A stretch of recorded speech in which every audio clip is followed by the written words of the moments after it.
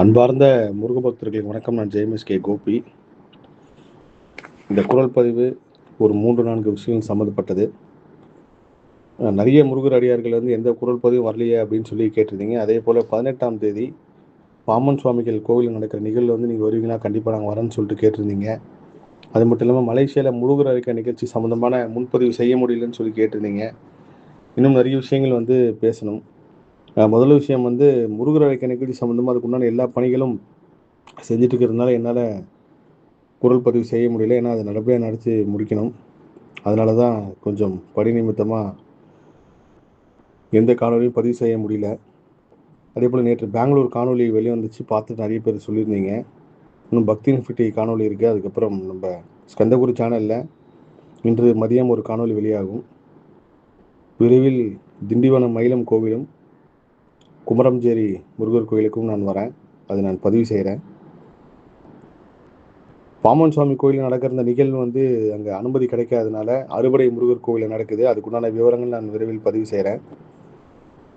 எல்லா விஷயத்துக்கு பின்னாடி ஏதோ ஒரு வகையில் முருகர் சக்தி நம்மளை இயக்கிட்டு இருக்கு அப்படின்றதுக்கு நேற்று ஒரு சம்பவம் நடந்தது. நான் என்னோட முருகர் ஆராய்ச்சியில் வட இந்தியாவில் நிதின் சர்மான்னு ஒருத்தர் இருக்கார். அவர் என்னை விட கிட்டத்தட்ட பல ஆண்டுகளாக முருகர் பற்றி ஆராய்ச்சி செய்கிறவர். நான் இப்போ தான் சிறுசாக தொடங்கி பண்ணிகிட்ருக்கேன். அதில் நான் கண்டு உணர்ந்த விஷயங்கள் அவர்கிட்ட நான் சொல்லிகிட்டு இருக்கேன். அவர் ஒரு சில விஷயங்கள் சொல்கிறாரு. எப்படி திருச்செந்தூர் சூரசம்காரம் நடந்ததோ அதே போல் இமயமலை சார்ந்த ஒரு சில இடத்துல ஒரு விஷயம் நடந்திருக்கு. அது எல்லாமே கந்த புராணத்தில் சொல்லப்பட்டிருக்கு. அது சம்மந்தமாக பேசுகிறப்போ அவர் சொன்னார், 15 நாளாக நீங்கள் என்னோட ப்ரேயரில் வந்துட்டே இருக்கீங்க, உங்கள்கிட்ட பேசணும்னு சொல்லி வந்துக்கிட்டே இருக்கு, ஆனால் முடியல. அதே போல் நான் 2 நாளைக்கு முன்னாடி ஃபோன் பண்ணி அவர்கிட்ட பேசணும் அப்படின்னு சொல்லி நான் தான் சொல்லியிருந்தேன். ஏன்னா இந்த முருகர் ஆராய்ச்சியில் ஒரு சில விஷயங்கள் இயற்கை எதை காட்டுதோ அதை மறக்கவும் வச்சிருது. நான் சமீப காலமாக அதை நான் உணர்றேன்.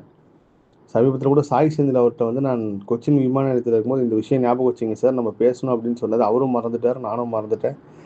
அதுக்கு அவருக்கும் இப்போ வரைக்கும் அந்த ரகசியமாக தான் இருக்குன்னு இயற்கை நினச்சிட்டு போலுக்கு அது எனக்கு மைண்டை திரும்ப கொண்டு வரல. அந்த மாதிரி கூடுமான வரைக்கும் நான் எழுதிடுவேன் உடனே. அப்போ அவர்கிட்ட பேசிட்டே இருக்கும்போது டக்குன்னு ஒரு விஷயம் வருது. நம்ம முருகதீபம் பாடலில் இமயம் முதல் குமரி வரை அவனாட்சின்னு எழுதினதுக்கு பதில் இமயம் முதல் இலங்கை வரை அவனாட்சின்னு எழுதியிருந்தால் ரொம்ப பொருத்தமாக இருந்திருக்குமே, இது எப்படி நம்ம மிஸ் பண்ணோம்? அப்போ இந்த மாதிரி மாற்றணும்னு சொல்லி எனக்கு ஒரு உத்தரவு வருது. உடனே அவர்கிட்ட பேசி முடிச்சுட்டு இசையமைப்பாளர் தொடர்பு கொண்டு ஒரு பெரிய ஒரு விஷயம் ஒன்று மிஸ் பண்ணிட்டேன், அதை மாற்றணும் முடியுமா அப்படின்னு சொல்லி கேட்டப்போ அவர்கிட்ட சொல்லியிருக்கேன், எப்படியாவது வைக்கம் அம்மா விஜயலட்சுமி அம்மா அவர்கள் தொடர்பு கொண்டு அந்த வரி மட்டும் திரும்ப பாடி எடுக்கலாம் அப்படின்னு சொல்லிட்டு. முருகயுகம் பிறந்தாச்சு, இமயம் முதல் குமரி வரை அவனாட்சின்னு தான் வரும். அந்த இமயம் முதல் குமரி வரைன்றது இமயம் முதல் இலங்கை வரை அவனாட்சின்றதான் ரொம்ப ஒரு பொருத்தமான வார்த்தையாக இருக்கும். அதை நேற்று அவர்கிட்ட பேசும்போது முருகப்பெருமான் உணர்த்தினார். விரைவில் அந்த புது வரிகளோட அந்த பாடல் வெளியாகும். கிட்டத்தட்ட அந்த பாடலுக்கே ஒரு 4 நாட்களாக பல விஷயத்துக்காக அந்த பணிகள் ஓடிக்கிட்டு இருக்கு. இன்னையோட அந்த பாடல் விஷயம் முடிஞ்சிடும். மலேசியா முருகர் அறிக்கை சம்மந்தமாக நிறைய விஷயங்கள் உங்கள் கூட பகிர்ந்துக்கணும். ஏன் மலேசியாவில் பண்ணுறதுக்கு உண்டான சூழ்நிலை உருவாச்சு, என்ன காரணம், அது எல்லாத்தையுமே நான் விரைவில் பதிவு செய்கிறேன். எல்லா புகழும் முருகனுக்கே. நன்றி.